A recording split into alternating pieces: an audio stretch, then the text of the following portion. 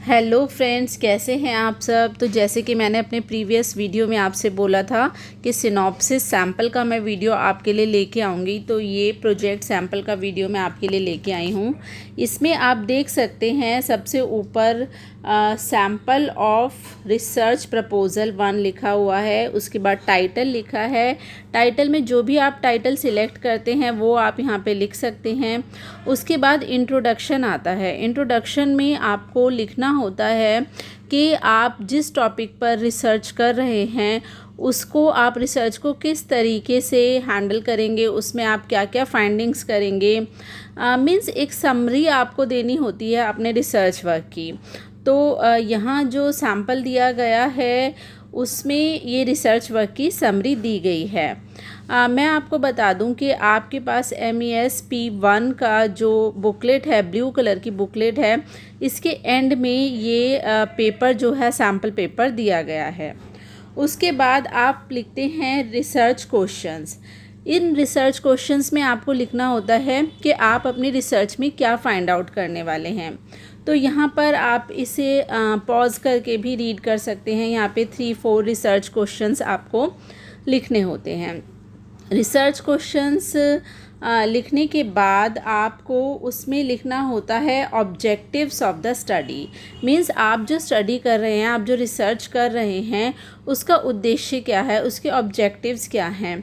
उसके लिए भी आपको 3-4 पॉइंट्स यहाँ पर देने होते हैं।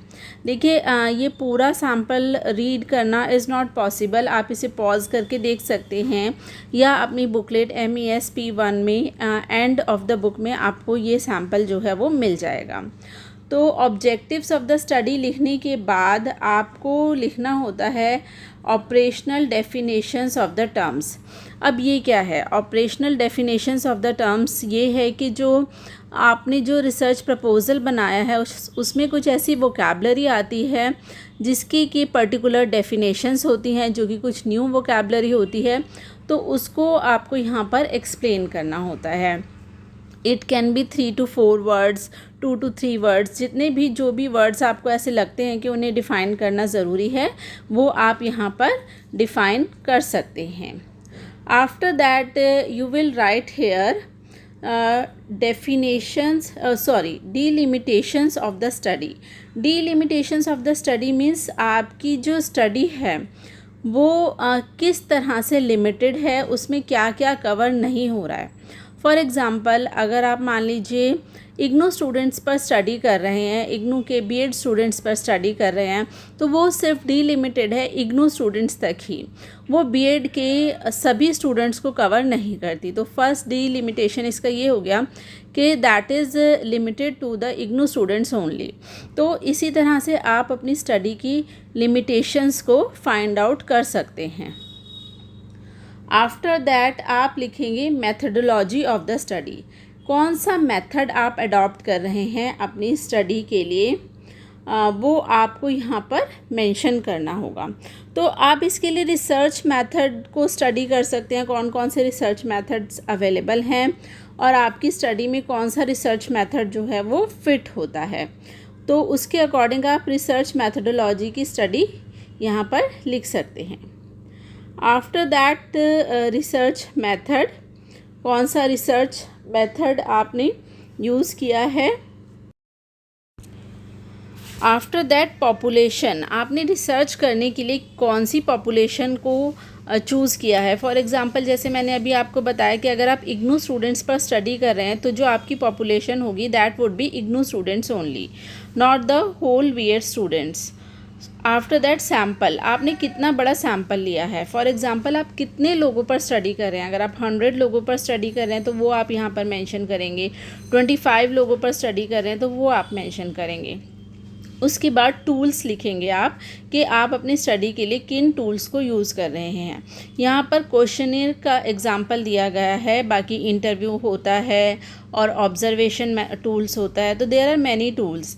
For research. तो आप सभी टूल्स को स्टडी भी कर सकते हैं। देखिए इसके अंदर जो जो वोकैबुलरी दी गई है, अगर आप उसको पर्टिकुलरली उठाकर उन टॉपिक्स को स्टडी करेंगे तो आपके बहुत सारे टॉपिक्स भी क्लियर हो जाएंगे और रिसर्च किस तरीके से होती है, सिनॉप्सिस किस तरीके से बनाई जाती है, वो भी आपको बिल्कुल क्लियर हो जाएगा।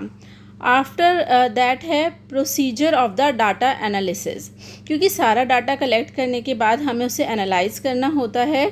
आप उसके लिए कौन सा प्रोसीजर यूज़ करते हैं वो भी आपको यहाँ पर मेंशन करना होता है। इसके बाद पूरा सिनॉप्सिस लिखने के बाद आपने कहाँ कहाँ से रेफरेंसेस लिए हैं, कौन सी बुक्स, कौन से जर्नल्स, कौन सी वेबसाइट्स आपने स्टडी की हैं, वो सब आपको यहाँ पर मेंशन करना होता है। तो इस तरह से आपका सिनॉप्सिस जो है वो कम्प्लीटली रेडी हो जाता है। तो फ्रेंड्स ये था आज का वीडियो, जो कि था एक सैम्पल सिनॉप्सिस का, उसको मैंने आपको एक्सप्लेन किया। होप सो आपको काफ़ी चीज़ें क्लियर हो गई होंगी, और अगर आपका कोई डाउट है तो आप कमेंट बॉक्स में लिख सकते हैं। और अगर आपको ये वीडियो अच्छा लगा तो इसे लाइक शेयर करें, और अगर आप चैनल पर नए हैं तो चैनल को सब्सक्राइब ज़रूर करें, और ये ज़रूर मेंशन करें कि आगे और आपको किन टॉपिक्स पे वीडियोस चाहिए। Thank you so much friends.